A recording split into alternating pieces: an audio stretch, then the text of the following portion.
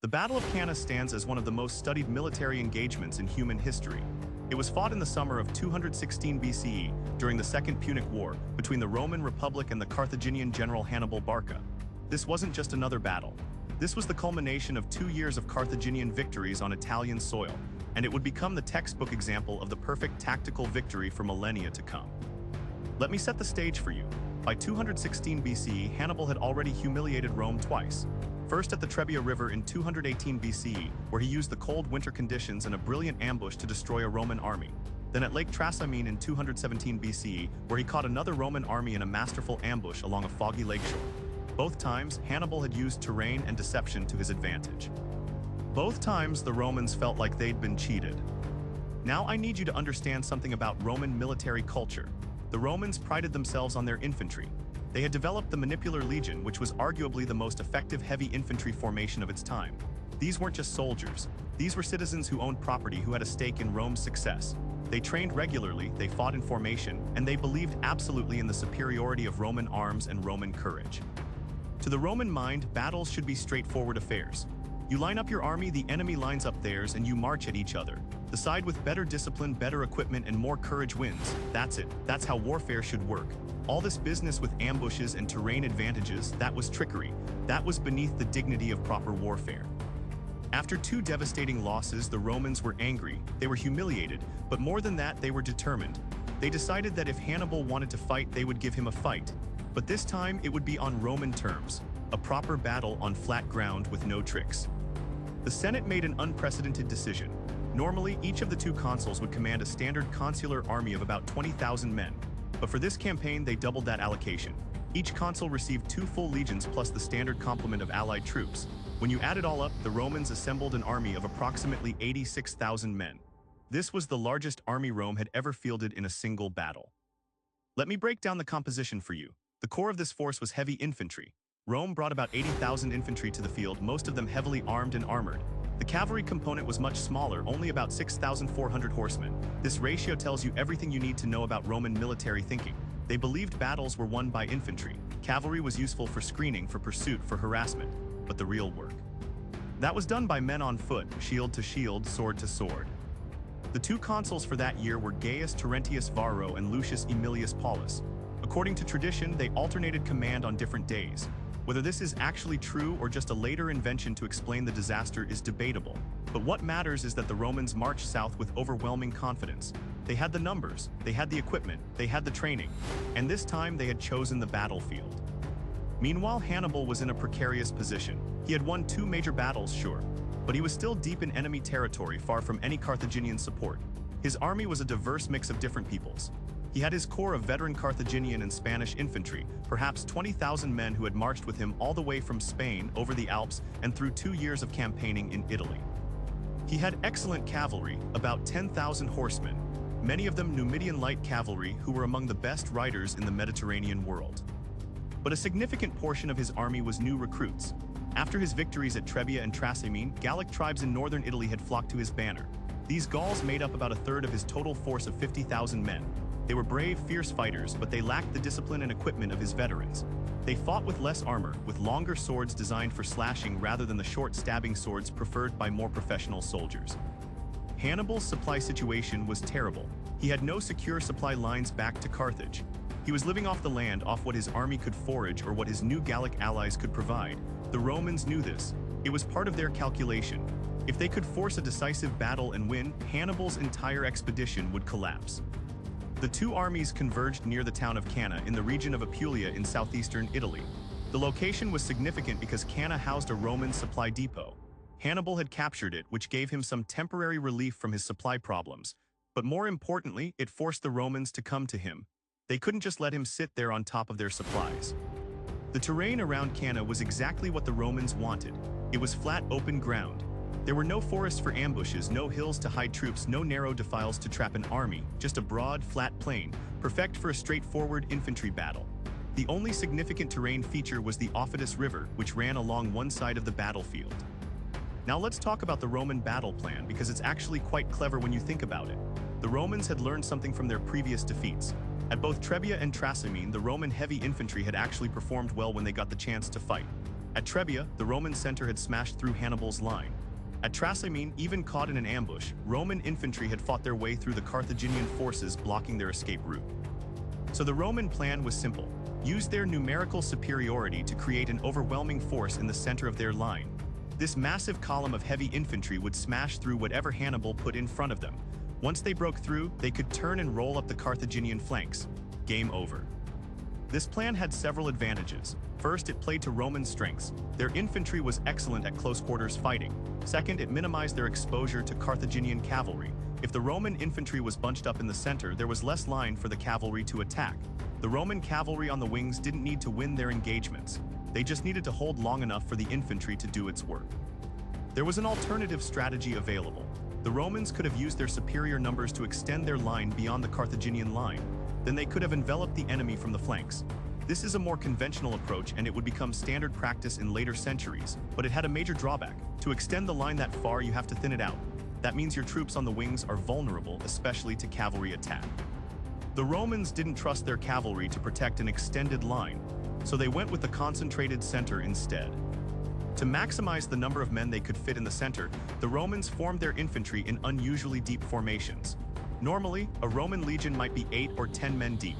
At Cannae, some sources suggest they were as many as 30 or 40 men deep.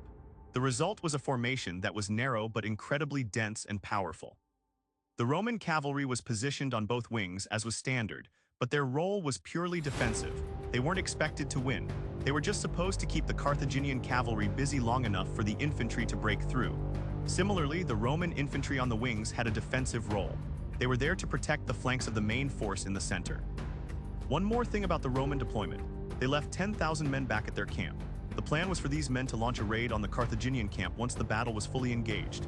The thinking was that Hannibal's supply situation was so desperate that a successful raid might cause his army to collapse even if the main battle was going poorly. It's actually not a bad idea in theory, but in practice, it meant the Romans were fighting with 76,000 men instead of 86,000. That's a significant reduction in their numerical advantage. Now let's look at what Hannibal was planning, because this is where it gets interesting. Hannibal knew he was outnumbered. He knew the Romans wanted a straight infantry fight. And he knew that in a straight infantry fight, numbers matter, so he needed to do something unexpected. Hannibal's deployment was the mirror image of the Roman formation. Where the Romans had massed their strength in the center, Hannibal deliberately weakened his center. He put his Gallic infantry there along with some of his Spanish troops. These were good fighters, but they weren't his best, and he didn't deploy them deep. His center was relatively thin. On the wings, Hannibal placed his elite African infantry. These were his veterans, the men who had been with him since Spain. They were equipped with Roman arms and armor captured at Trebia and Trasimene. They were disciplined, experienced, and deadly, and Hannibal deployed them in deep, strong formations. His cavalry was split between the two wings, but not evenly. On the right wing, near the river, he placed his heavy cavalry, mostly Spanish and Gallic horsemen. On the left wing, he placed his Numidian light cavalry. The Numidians were masters of skirmishing and harassment, perfect for keeping the enemy cavalry occupied without committing to a decisive engagement. Hannibal himself took up position right behind the center of his line. This is significant. He wasn't commanding from a safe distance. He was right there where his line was weakest, where he could see what was happening and respond immediately. The two armies formed up on the morning of August 2, 216 BCE. It was already hot. This was southern Italy in the summer. The sun was brutal and there was no shade on that open plain. Both armies could see each other clearly. There was no surprise, no ambush. This was going to be exactly what the Romans wanted, a straightforward battle. But then something strange happened.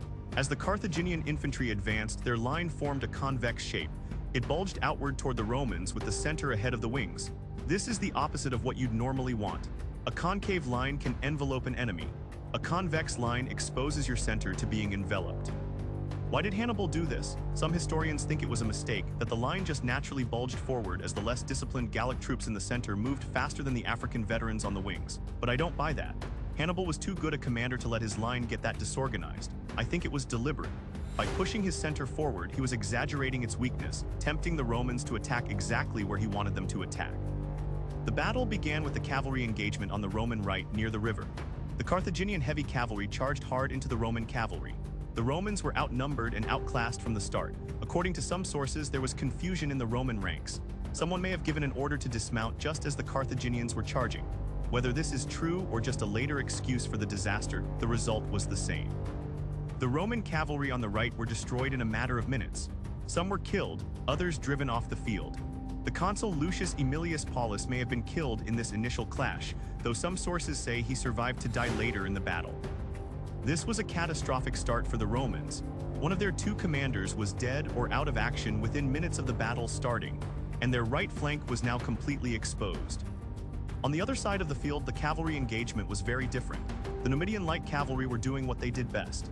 They would charge forward, throw their javelins, and retreat, then charge again, harass, retreat. The Roman cavalry on this side was trying to engage them in a decisive fight, but the Numidians refused to commit. They just kept dancing back, staying out of reach. This was frustrating for the Romans, but it was keeping their cavalry occupied and away from the main battle. Meanwhile, the infantry lines had met. The Roman heavy infantry in the center crashed into the Carthaginian line with tremendous force. Remember, these Roman formations were incredibly dense. They had massive weight behind them, and they were pushing into the weakest part of Hannibal's line.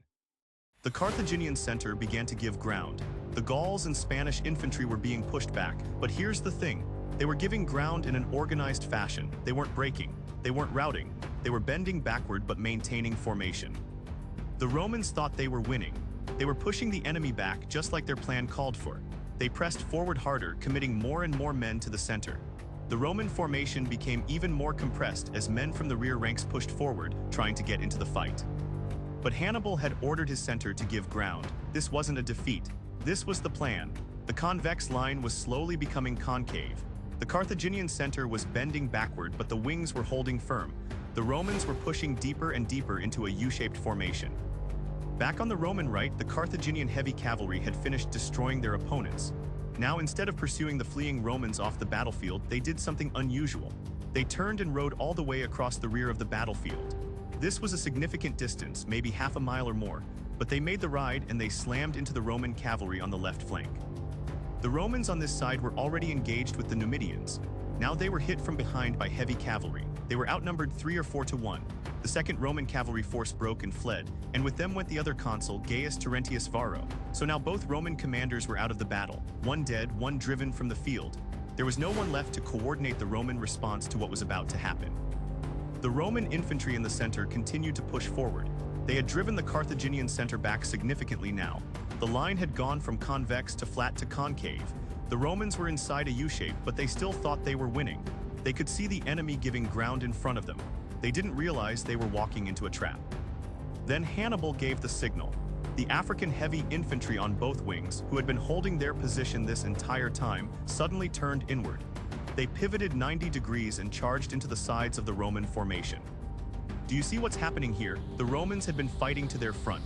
Now they were being attacked from both sides. Their formation, which had been optimized for pushing forward, was suddenly being compressed from the flanks. Men who had been in the rear ranks were now on the sides, exposed to attack. And then it got worse.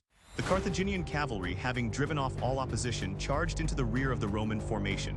The Romans were now being attacked from 3 sides: front, left, right, and rear. They were completely surrounded.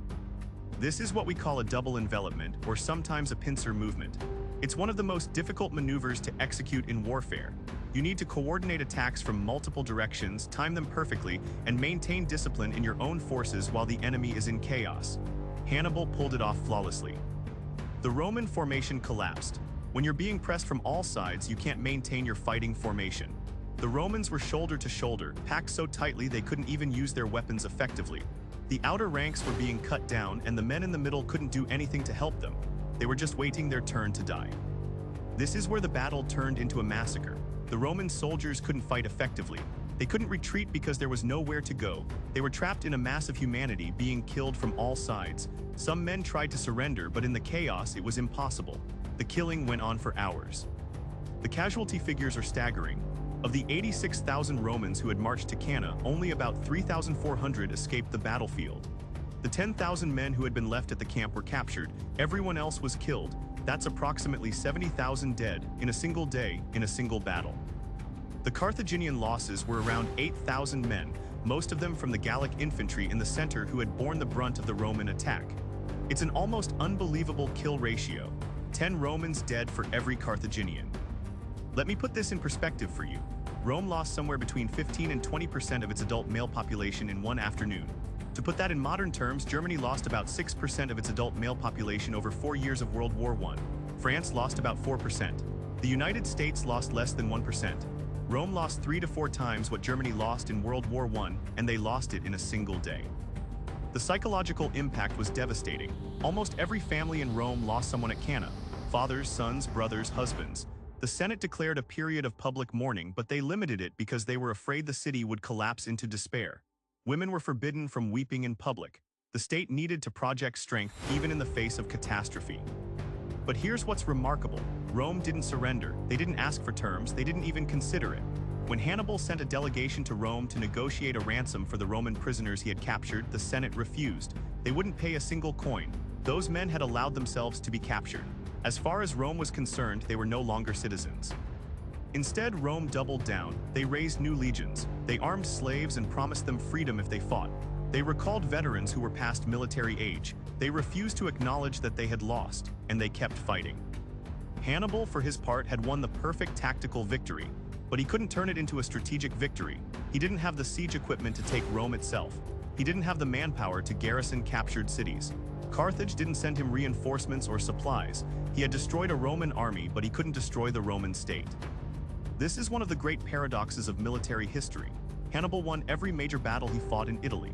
Trebia Trasimene Cannae. He spent 15 years on Italian soil and the Romans couldn't defeat him in the field, but they didn't have to, they just had to survive. They avoided major battles, they attacked his allies, they opened new fronts in Spain and Africa. They turned it into a war of attrition, and in a war of attrition, Rome had the advantage. The Battle of Cannae became the model for the perfect tactical victory. For 2,000 years, military commanders studied it, trying to replicate Hannibal's success. The double envelopment became the dream of every general. Destroy the enemy army in a single decisive battle. End the war in an afternoon. But Cannae also demonstrates the limits of tactical brilliance. You can win every battle and still lose the war. Strategy matters, logistics matter, political will matters. Hannibal had tactical genius, but Rome had strategic depth and cultural resilience. In the end, that made all the difference.